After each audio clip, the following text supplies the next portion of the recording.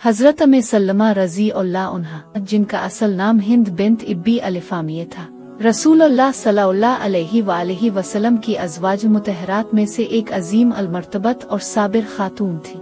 उनका शुमार उन सहाबियात में होता है जिन्होंने इस्लाम की खातिर नाकाबिले यकीन तकालीफ बर्दाश्त की, हिजरत की और सब्र व इस्तिकामत की ऐसी मिसाल कायम की जो आज भी मुसलमानों के लिए मशल रहा है। हजरत अलिफामुन सल्लमा रजी अल्लाह अन्हा का ताल्लुक कुरैश के एक मुअज़्ज़ज़ घराने से था। उनके शौहर हजरत अबू सल्लमा रजी अल्लाह अन्हु भी इब्तिदाई दौर के उन अजीम सहाबा में से थे जिन्होंने इस्लाम कबूल किया और इस पर इस्तिकामत के साथ कायम रहे। जब मक्का में मुसलमानों पर जुल्म और सितम का बाजार गर्म हुआ तो रसूलुल्लाह सल्लल्लाहु अलैहि वसल्लम ने अपने सहाबा को हबशा की तरफ हिजरत करने की इजाज़त दी। हजरत अलिफामुन सल्लमा और हजरत अबू सल्लमा उन पहले खुश नसीबों में शामिल थे जिन्होंने अल्लाह के दीन की खातिर अपना वतन छोड़ा और हबशा की तरफ हिजरत की। हबशा में कुछ वक्त गुजारने के बाद जब उन्हें खबर मिली कि मक्का के हालात बेहतर हो चुके हैं तो वो वापस मक्का आ गए, मगर ये सिर्फ आर्जी राहत थी क्योंकि जल्द ही जुल्म दोबारा बढ़ गया। जब रसूलुल्लाह सल्लल्लाहु अलैहि वसल्लम ने मदीना की तरफ हिजरत की इजाज़त दी तो हजरत अबू सल्लमा रजी अल्लाह अन्हु ने भी मदीना जाने का इरादा किया। हजरत अलिफामुन सल्लमा रजी अल्लाह अन्हा भी उनके साथ जाना चाहती थी, मगर मक्का में उनके खानदान और अबू सल्लमा के खानदान के दरमियान झगड़ा हो गया।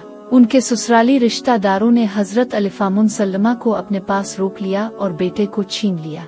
उनके वालिदैन ने बच्चे को लेने की कोशिश की तो बच्चा छीना झपटी में जख्मी हो गया। इसके बाद हजरत अलिफामुन सल्लमा रजी अल्लाह अन्हा रोजाना मक्का के बाहर एक जगह जाकर रोत और अपने शौहर और बच्चे की जुदाई में आंसू बहा। एक दिन कबीला के एक शख्स ने उनकी हालत देखी तो उनके रिश्तेदारों से बात की और उन्हें कायल किया कि हजरत अलिफामुन सल्लमा को अपने शौहर के पास जाने दिया जाए। फिर वो अपने बेटे को लेकर तन्हा मदीना के लिए रवाना हुई। एक बियाबान और खतरनाक सफर जो कई दिनों पर मुहित था, हजरत अलिफामुन सल्लमा ने सब्र और हौसले के साथ तय किया। रास्ते में एक शख्स उस्मान बिन तलहा ने उनकी मदद की और उनको मदीना तक बखैरियत पहुंचाया।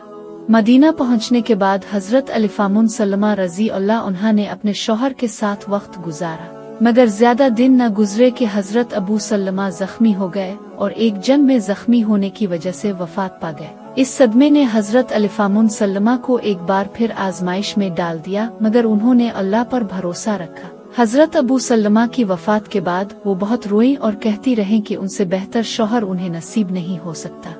रसूलुल्लाह सल्लल्लाहु अलैहि वसल्लम ने उनकी ये बात सुनी तो फरमाया कि अल्लाह ताला उनको इससे बेहतर अता करेगा। कुछ अरसे बाद रसूलुल्लाह सल्लल्लाहु अलैहि वसल्लम ने उनसे निकाह का पैगाम दिया। इब्तिदा का हजरत अलिफामुन सल्लमा ने इनकार किया कि वो एक ज़ईफ, गमज़दा और बच्चों वाली औरत है, लेकिन रसूलुल्लाह सल्लल्लाहु अलैहि वसल्लम ने फरमाया कि वो उनके बच्चों का भी ख्याल रखेंगे। यूं हजरत अलिफामुन सल्लमा रजी अल्लाह अन्हा को अल्लाह ताला ने दुनिया और आखिरत की कामयाबी अता फरमाई और वो उम्महात अल मोमिनीन में शामिल हो गई। हजरत अलिफामुन सल्लमा रजी अल्लाह अन्हा की पूरी जिंदगी सब्र, शुक्र, वफादारी और इस्तिकामत से भरी हुई है। उनकी कुर्बानियाँ, उनकी आजमाइशें और उनका सब्र आज की औरत के लिए एक अजीम मिसाल है। उन्होंने हर हाल में अल्लाह पर भरोसा रखा और अपने ईमान में कमी न आने दी। ये वाकया हमें सिखाता है कि अल्लाह ताला अपने बंदों को आजमाता जरूर है, मगर जो लोग सब्र करते हैं उन्हें दुनिया और आखिरत में बेहतरीन इनाम अता फरमाता है।